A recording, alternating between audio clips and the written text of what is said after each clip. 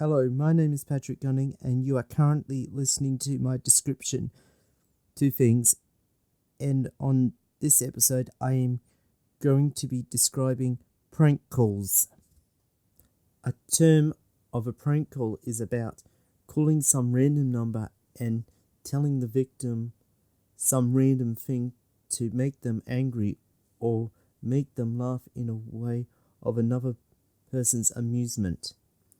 Prank calls can result in any form of criminal-related activity, including calling emergency services for the purpose of wasting time and damaging property, which it's not considered prank calls, but instead nuisance or obscene calls, which may result in prosecution and some jail time.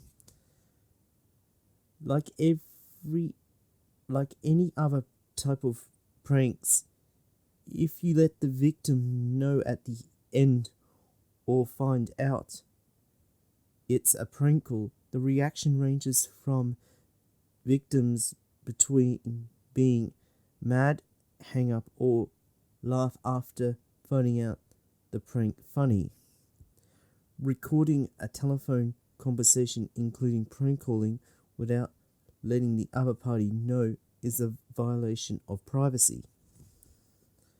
Prank calls can trick their victims into saying weird things, like getting them to call some names out loud, then to realize they said something different. Prank calls sometimes trick their victims into doing something weird things that would be funny. If victims find out that they were receiving a prank call, the victim may anger, threaten the prank caller with calling the police, or laugh if they find it funny. Making or listening to a prank call can be educational from time to time, depending on what the prank call is about. Prank calls could be used for training purposes into what is to be a real phone call to a scam call. Listening to a recording of a prank call can be funny in some way and fun to listen to. I hope you enjoyed what I had described, and I hear all you listeners later.